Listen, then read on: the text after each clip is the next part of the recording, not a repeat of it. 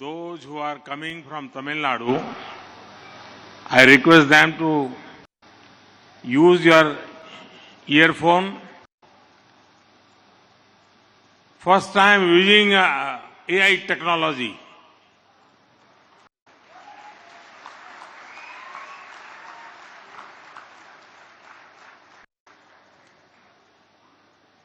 मंच पर विराजमान उत्तर प्रदेश के मुख्यमंत्री योगी आदित्यनाथ जी,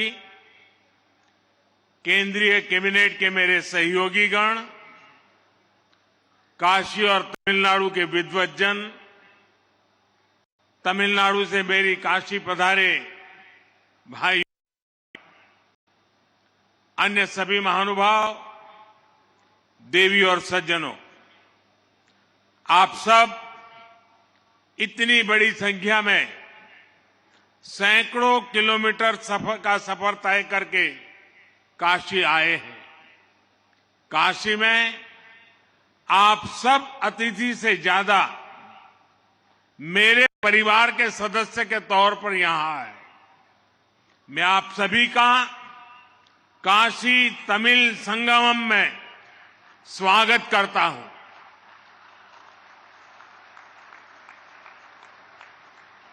मेरे परिवारजनों, तमिलनाडु से काशी आने का मतलब है महादेव के एक घर से उनके दूसरे घर आना। तमिलनाडु से काशी आने का मतलब है मदुरई मीनाक्षी के यहां से काशी विशालाक्षी के यहां आना। इसलिए तमिलनाडु और काशी वासियों के बीच हृदय में जो प्रेम है, जो संबंध है, वो अलग भी है और अद्वितीय भी है। मुझे विश्वास है काशी के लोग आप सभी की सेवा में कोई कमी नहीं छोड़ रहे होंगे।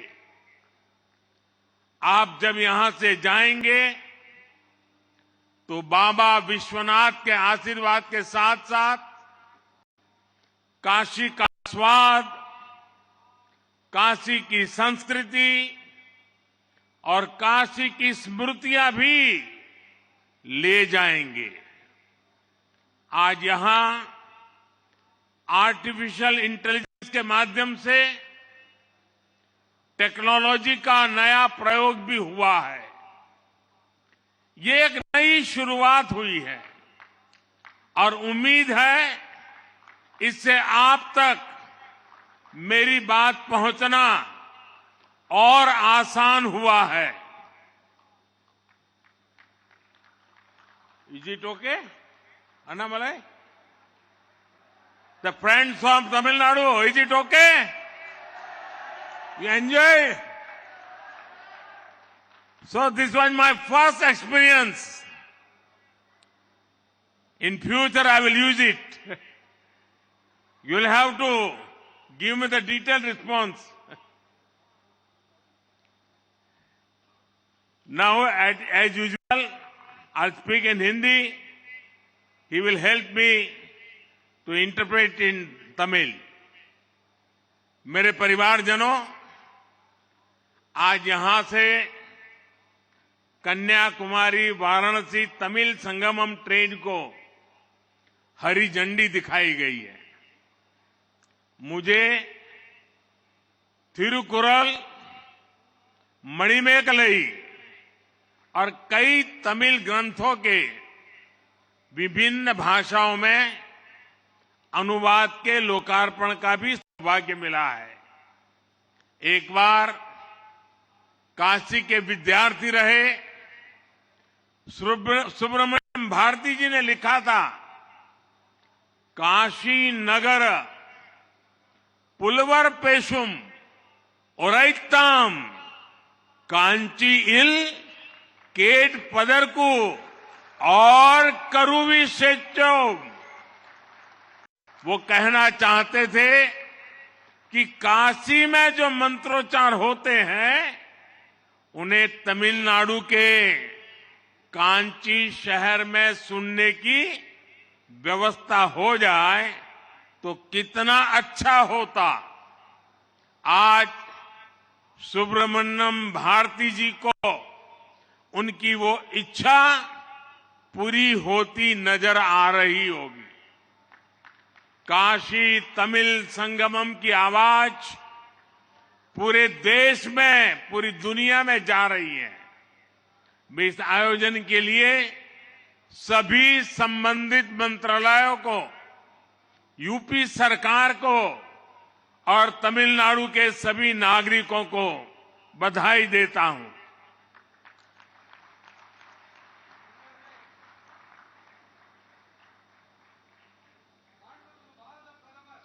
माइक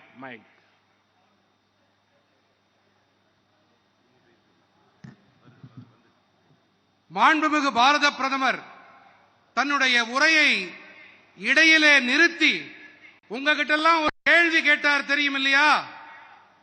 உங்களுக்கு காதுல விழுந்ததா அந்த உரையுடைய தமிழாக்கம்னு? உங்களுடைய எதிர்வினை ரெஸ்பான்ஸ் கொடுங்க. விழுந்தது சொல்லுங்க. காதுல விழுந்தது. நன்றி. இனி அவர் பேசிய உரையின் தமிழாக்கத்தை அளிக்கின்றோம். என் குடும்ப உறவுகளே, இன்று இங்கே கன்னியாகுமரி வாராணசி தமிழ் சங்கமம் ரயிலுக்கு பச்சை கொடி காட்டப்பட்டு தொடங்கப்பட்டிருக்கிறது.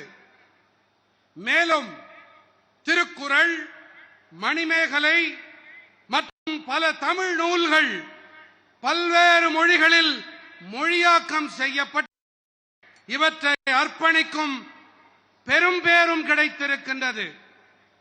காசியிலே மாணவராக கல்வி பயின்ற மகாகவி சுப்பிரமணிய பாரதி என்ன எழுதியிருக்கிறார் தெரியுமா? காசி நகர் புலவர் பேசும் உரைதாம், காஞ்சியில் கேட்பதற்கு ஓர் கருவி செய்வோம்.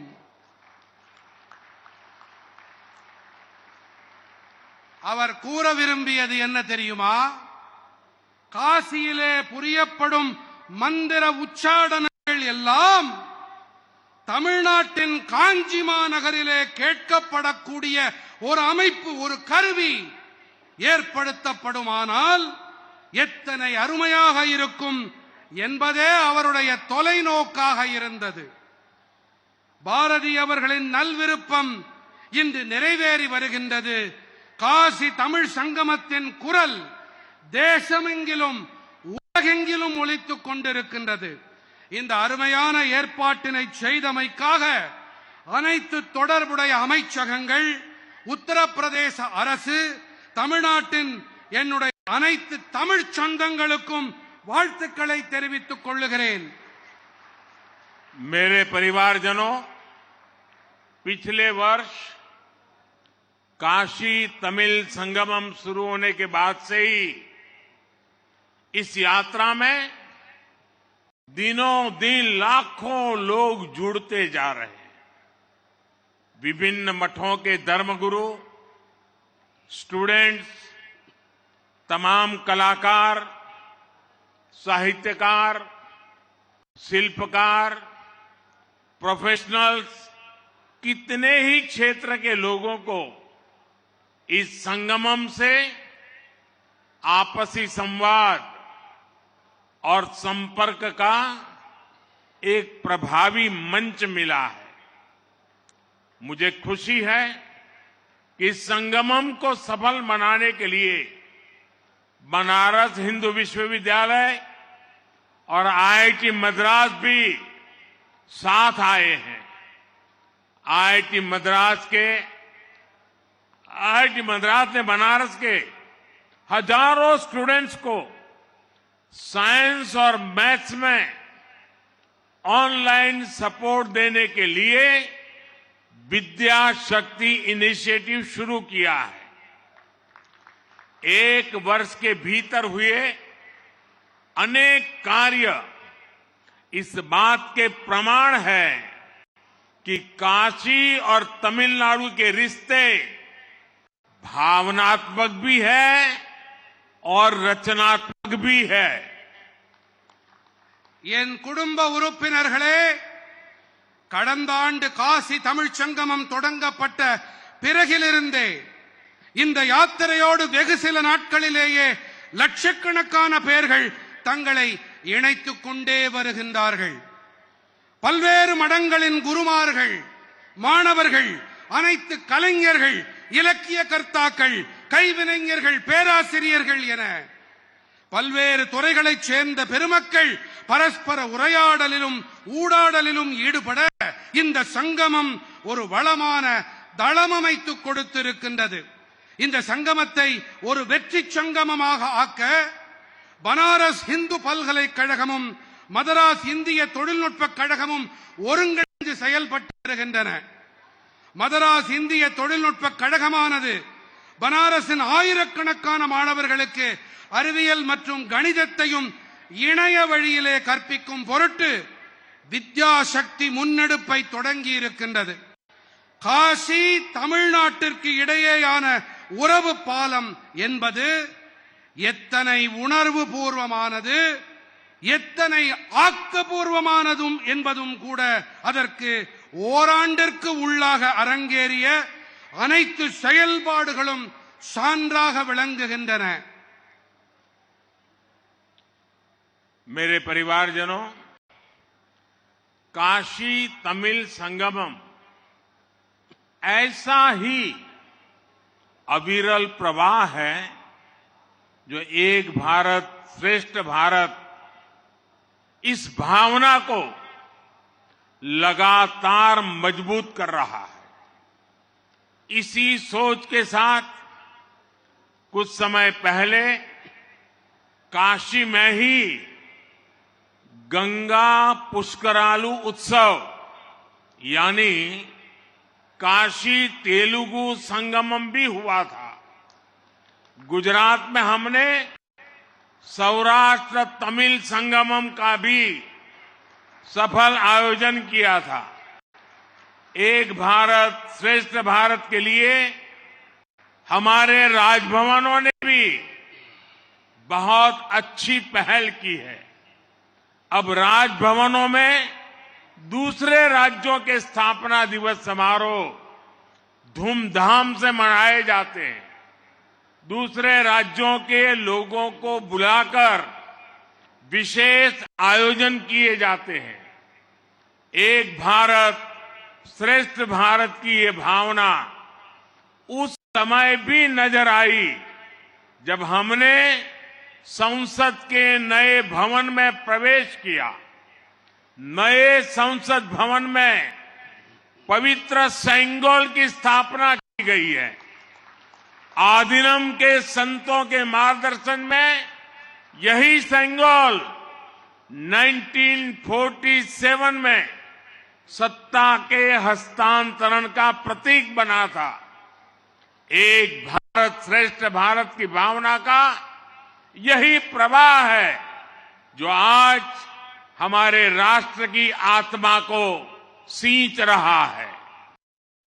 அன்பு நிறை என் குடும்ப சொந்தங்களே, காசி தமிழ்ச் சங்கமம் என்பது இடையறாத தடையில்லாத ஒரு பிரவாகம். இது ஒரே பாரதம் உன்னத பாரதம் என்ற உணர்வினுக்கு தொடர்ந்து வலுகூட்டி வருகின்றது. இந்த எண்ணத்தை அடியொற்றியே சில காலம் முன்பாக காசியிலே கங்கா புஷ்கராலு உற்சவம், அதாவது காசி தெலுங்கு சங்கமமும் நடந்தேறியது. குஜராத்திலே நாம் சௌராஷ்டிர தமிழ் சங்கமத்தை வெற்றிகரமாக அரங்கேற்றினோம். ஒரே பாரதம் உன்னத பாரதம் என்பதை முன்னெடுத்துச் செல்லும் பொருட்டு நமது ஆளுநர் மாளிகைகளும் கூட பெரிய அளவிலே முன்னெடுப்பை செய்திருக்கின்றன. இப்போதெல்லாம் ஆளுநர் மாளிகைகளில் பிற மாநிலங்களின் நிறுவன நாள் கொண்டாடப்படுகிறது. பிற மாநில மக்களை அழைத்து சிறப்பான ஏற்பாடுகளும் நிகழ்ச்சிகளும் நடத்தப் பெறுகின்றன. ஒரே பாரதம் உன்னத பாரதத்தின் இந்த உணர்வு நாம் புதிய நாடாளுமன்ற கட்டிடத்தில் நுழையும் வேளையிலே கூட பளிச்சிட்டது. புதிய நாடாளுமன்ற கட்டிடத்திலே புனிதமான செங்கோல் ஸ்தாபிக்கப்பட்டது. புனிதமிகு ஆதீனங்களின் வழிகாட்டுதலின் பேரில் இந்த செங்கோல் தான் 1947ஆம் ஆண்டு ஆட்சி மாற்றத்தின் அடையாளமாக அமைந்தது. ஒரே பாரதம் உன்னத பாரதம் உணர்வின் இந்த பெருக்குதான் இன்று நமது தேசத்தின் ஆன்மாவிற்கு நீரூற்றி உரம் சேர்த்து வருகின்றது. मेरे परिवारजनों, हम भारतवासी एक होते हुए भी बोलियां, भाषाओं, वेशभूषा, खान-पान, रहन-सहन कितनी ही विविधता से भरे हुए हैं। भारत की ये विविधता उस आध्यात्मिक चेतना में रची बसी है जिसके लिए तमिल में कहा गया है, निरेल्लाम गंगे निलमेल्लाम काशी।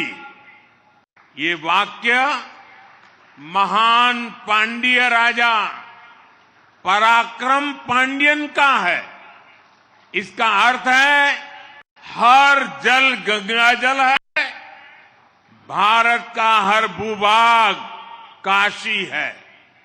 जब उत्तर में आक्रांताओं द्वारा हमारी आस्था के केंद्रों पर, काशी पर आक्रमण हो रहे थे, तब राजा पराक्रम पांड्यन ने तेनकाशी और शिव काशी में ये कहकर मंदिरों का निर्माण कराया कि काशी को मिटाया नहीं जा सकता। आप दुनिया की कोई भी सभ्यता देख लीजिए, विविधता में आत्मीयता का ऐसा सहज और श्रेष्ठ स्वरूप आपको शायद ही कहीं मिलेगा। अभी हाल ही में G20 समिट के दौरान भी दुनिया भारत की इस विविधता को देखकर चकित थी। என் பிரியமான குடும்ப சொந்தங்களே, பாரத நாட்டவர்களான நாம் ஒன்றானவர்கள் என்ற அதே வேளையிலே பேச்சு வழக்குகள், மொழிகள், ஆடை அணிகள், உணவு பழக்கங்கள், இருப்பிட அமைப்புகள் என பன்முகத்தன்மையை பல கொண்டவர்கள். பாரதத்தின் இந்த பன்முகத்தன்மை வாசம் செய்து வளம் கொழிக்கும் ஆன்மீக பெருஞ்சுடரைத்தான் நீரெல்லாம் கங்கை நிலமெல்லாம் காசி என்ற அழகு தமிழ் மொழியிலே போற்றி பேசுவார்கள். இது பாண்டிய அரசன் பராக்கிரம பாண்டியனின் வாக்காகும். அதாவது பாரத நாட்டின் அனைத்து நீரும் புனிதமான கங்கையே, பாரத நாட்டின் நிலப்பரப்பு அனைத்தும் பவித்திரமான காசி பெரும்பதியே. வடக்கிலே கொடூரமான படையெடுப்பாளர்களால் நமது நம்பிக்கையின் மையங்கள் மீது, காசியின் மீது தாக்குதல் தொடுக்கப்பட்ட வேளையிலே அரசன் பராக்கிரம பாண்டியன் தென்காசி மற்றும் சிவகாசியிலே இந்த வாக்கியத்தை உரைத்து காசினியிலே காசியினை அழிக்க முடியாது என்ற உணர்வோடு ஆலயங்களை நிர்மாணம் செய்தான். உலகின் எந்த நாகரிகத்தை வேண்டுமென்றாலும் நீங்கள் பாருங்கள், பன்முகத்தன்மை மற்றும் ஆன்மீகம் இவற்றின் இத்தனை இயல்பான உன்னதமான வடிவத்தை உங்களால் வேறு எங்குமே காண முடியாது. இப்போதுதான் G20 உச்சி மாநாட்டின் போது கூட பாரதத்தின் இந்த பன்முகத்தன்மையை கண்டு உலகமே வியந்து போனது, மலைப்பில் ஆழ்ந்தது. मेरे परिवारजनों, दुनिया के दूसरे देशों में राष्ट्र एक राजनीतिक परिभाषा रही है, लेकिन भारत एक राष्ट्र के तौर पर आध्यात्मिक आस्थाओं से बड़ा है। भारत को एक बनाया है आदि शंकराचार्य और रामानुजाचार्य जैसे संतों ने, जिन्होंने अपनी यात्राओं से भारत की राष्ट्रीय चेतना को जागृत किया। तमिलनाडु से आदिनम संत भी सदियों से काशी जैसे शिव स्थानों की यात्रा करते रहे। काशी में कुमार गुरुपुरर ने मठ मंदिरों की स्थापना की थी। तिरुपनंदाल आदिनम का तो यहां से इतना लगाव है कि वो आज भी अपने नाम के आगे काशी लिखते हैं।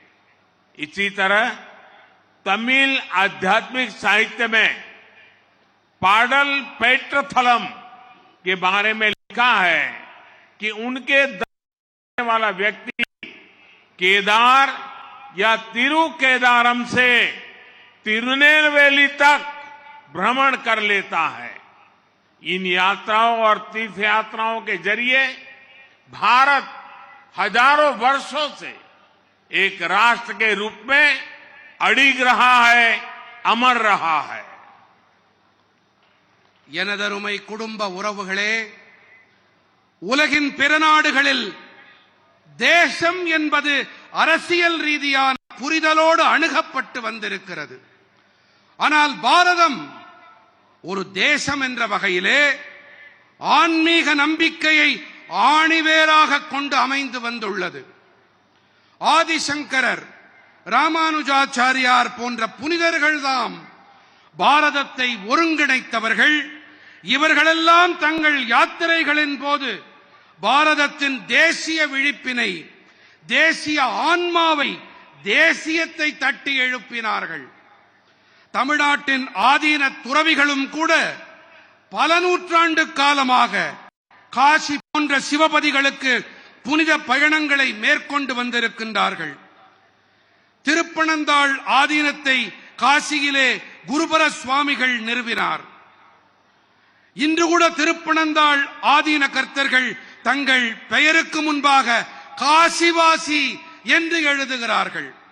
இதைப் போலவே தமிழின் ஆன்மீக நூல்களில் பாடல் பெற்ற தலம் எனும் போது இவற்றை தரிசனம் செய்யும் மனிதர் திருக்கேதாரம் முதல் திருநெல்வேலி வரை யாத்திரை மேற்கொண்டவராகிறார்.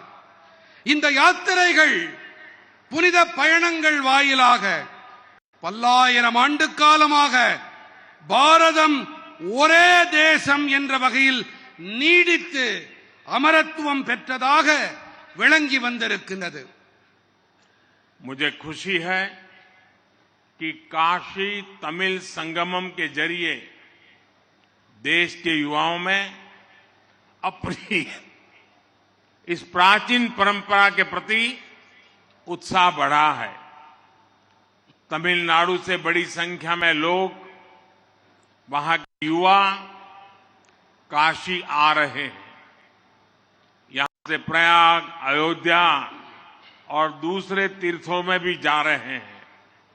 मुझे बताया गया है कि काशी तमिल संगमम में आने वाले लोगों को अयोध्या दर्शन की भी विशेष व्यवस्था की गई है। महादेव के साथ ही रामेश्वरम की स्थापना करने वाले भगवान राम के दर्शन का सौभाग्य अद्भुत है। காசி தமிழ் சங்கமத்தின் வாயிலாக தங்களுடைய இந்த பண்டைய பாரம்பரியம் குறித்து தேசத்தின் இளைஞர்களிடத்திலே உற்சாகம் அதிகரித்திருக்கிறது என்பது மகிழ்ச்சியை அளிக்கிறது. தமிழ்நாட்டிலிருந்து அதிக எண்ணிக்கையில் மக்கள், அங்கிருக்கும் இளைஞர்கள் காசிக்கு வருகின்றார்கள். இங்கிருந்து பிரயாகை, அயோத்தி என பிற புனித இடங்களுக்கும் சென்று வருகின்றார்கள். காசி தமிழ் சங்கமத்திற்கு வரும் மக்கள் அயோத்திக்கு புனித யாத்திரை மேற்கொள்ளவும் சிறப்பான ஏற்பாடுகள் செய்யப்பட்டிருப்பதாக எனக்கு தெரிவிக்கப்பட்டிருக்கின்றது. மகாதேவரோடு சேர்ந்து ராமேஸ்வரத்தை ஸ்தாபித்த பகவான் ஸ்ரீராமனையும் தரிசிக்கும் பெரும் பேறு அலாதியானது, அற்புதமானது. मेरे परिवारजनों, हमारे यहां कहा जाता है, जाने बिनु न होई प्रतीति, बिनु प्रतीति होई नहीं प्रीति। अर्थात जानने से विश्वास बढ़ता है और विश्वास से प्रेम बढ़ता है। इसलिए ये जरूरी है कि हम एक दूसरे के बारे में, एक दूसरे की परंपराओं के बारे में, अपनी साझी विरासत के बारे में जाने। दक्षिण और उत्तर में काशी और मदुराई का उदाहरण हमारे सामने है। दोनों महान मंदिरों के शहर है, दोनों महान तीर्थ स्थल है। मदुराई वैगई के तट पर स्थित है और काशी गंगई के तट पर। तमिल साहित्य में वैगई और गंगई दोनों के बारे में लिखा गया है।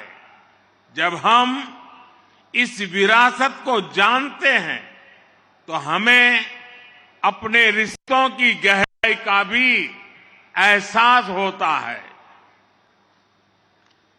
என் நெஞ்சம் நிறை குடும்ப பந்தங்களே, நம் நாட்டிலே ஒன்று கூறப்படுவதுண்டு, ஜானே பினு ந ஹோய் பரதீதி, பினு பரதீதி ஹோய் நஹி பிரீத்தி. அதாவது அறிந்து கொள்வதால் நம்பிக்கை அதிகரிக்கிறது, நம்பிக்கை அதிகரிப்பதால் அன்பு அதிகரிக்கிறது என்பதே இந்த ஹிந்தி மொழி பழமொழியின் பொருள். அந்த வகையிலே நாம் பரஸ்பரம் ஒருவருக்கொருவர், ஒருவர் மற்றவரது பாரம்பரியங்களை பற்றியும் நம்முடைய தொன்மையான மரபுகள் குறித்தும் தெரிந்து கொள்வது முக்கியமானது. தென்னகத்திலும் வடநிலத்திலும் காசி மற்றும் மதுரை என்ற எடுத்துக்காட்டுகள் நம் கண்முன்னே இருக்கின்றன. இரண்டுமே மகத்தான தொன்மையான ஆலய நகரங்கள், இரண்டுமே மிகச் சிறப்பான புனித யாத்திரை தீர்த்தங்கள். மதுரை அம்பதி வைகையாற்றின் கரையினிலே அமைந்திருக்கிறது என்றால், காசியோ கங்கை அன்னையின் மடியினிலே இருக்கின்றது. தமிழ் இலக்கியங்கள் கங்கை மற்றும் வைகை என்ற இந்த இரண்டு நதிகளை பற்றியும் விரித்து பேசுகின்றன. நாம் இந்த மரபினை அறிந்து கொள்ளும் போது நமது உறவுகளின் ஆழத்தை நம்மால் நன்றாக உணர்ந்து கொள்ள முடியும். मेरे परिवारजनों, मुझे विश्वास है काशी तमिल संगमम का ये संगम इसी तरह हमारी विरासत को सशक्त करता रहेगा, एक भारत श्रेष्ठ भारत की भावना को मजबूत बनाता रहेगा। आप सभी का काशी प्रवास सुखद हो, इसी कामना के साथ मैं अपनी बात समाप्त करता हूं और साथ साथ तमिलनाडु से आए हुए प्रसिद्ध गायक भाई श्रीराम को काशी आने पर और हम सबको भाव विभोर करने के लिए मैं श्रीराम का हृदय से धन्यवाद करता हूं, उनका अभिनंदन करता हूं और काशीवासी भी तमिल सिंगर श्रीराम को जिस भक्ति भाव से सुन रहे थे उसमें भी हमारी एकता की ताकत के दर्शन कर रहे थे। मैं फिर एक बार काशी तमिल संगमम की इस यात्रा को, अविरत यात्रा को अनेक अनेक शुभकामनाएं देता हूं और आप सभी का बहुत बहुत धन्यवाद करता हूं।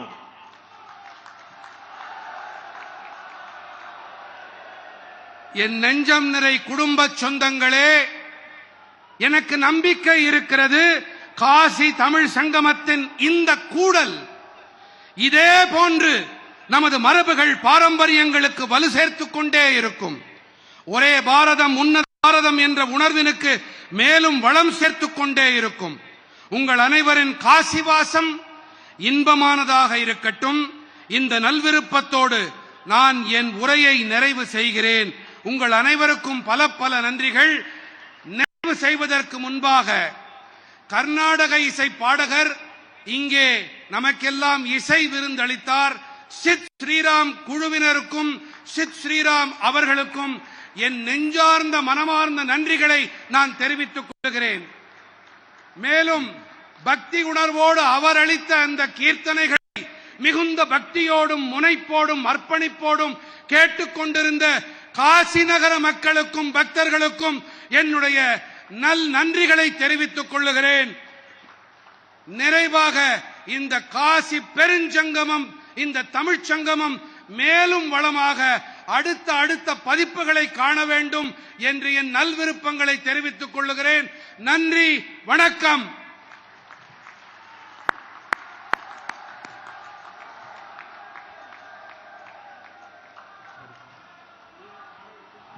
बहुत बहुत धन्यवाद माननीय प्रधानमंत्री जी, आपके प्रेरणादायी उद्बोधन के लिए। मैं चाहूंगी तालियों के प्रणाम से आप माननीय प्रधानमंत्री जी को विदा दें। एक बार फिर बोलें, नमः पार्वती पतये।